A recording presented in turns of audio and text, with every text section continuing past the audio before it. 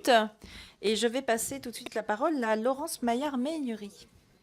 Merci Madame la Présidente, Madame la Ministre. J'ai 3 questions en une, enfin une en 3. Je vais essayer de faire court. La première, elle concerne bien sûr la feuille de route pour l'économie circulaire.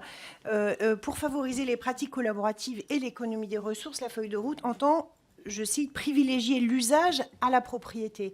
Or, le droit français, tel qu'il réside du Code civil, conçoit le droit de propriété comme étant avant tout exclusif.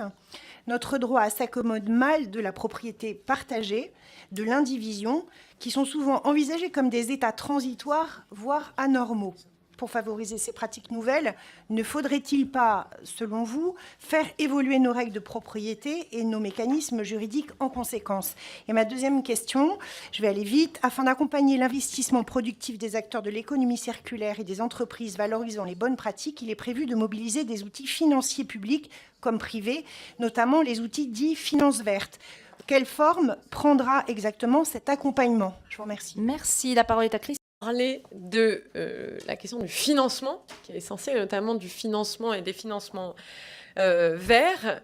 Ce qu'il faut, c'est toujours facile de dire ça, mais ce qu'on veut, c'est mobiliser largement les outils financiers publics disponibles pour que les financements privés et les financements privés via les outils de la finance verte. Je pense par exemple aux fonds verts et aux obligations vertes pour mobiliser l'épargne des ménages. Beaucoup de ménages ont envie que leur épargne ait un sens. Ils ont envie qu'elle soit investie dans des projets qui soient certes rentables, mais qui aussi aient une vraie action positive sur l'environnement. Et donc, il faut que les produits d'épargne simples et labellisés soient mis à disposition des épargnants.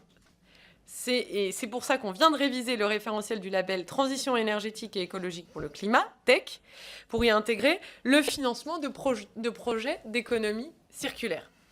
Il y a une forte demande de la part des citoyens, comme je disais, de donner du sens à leur épargne. Et donc, on veut y répondre, on veut développer ces outils de finance verte dans le domaine de l'économie circulaire, qui est un domaine qui est encore trop peu abordé et trop peu utilisé, si je puis dire, par la finance responsable, la finance verte. C'est surtout des projets dans le domaine de l'énergie et il faut l'encourager sur la question de l'économie circulaire.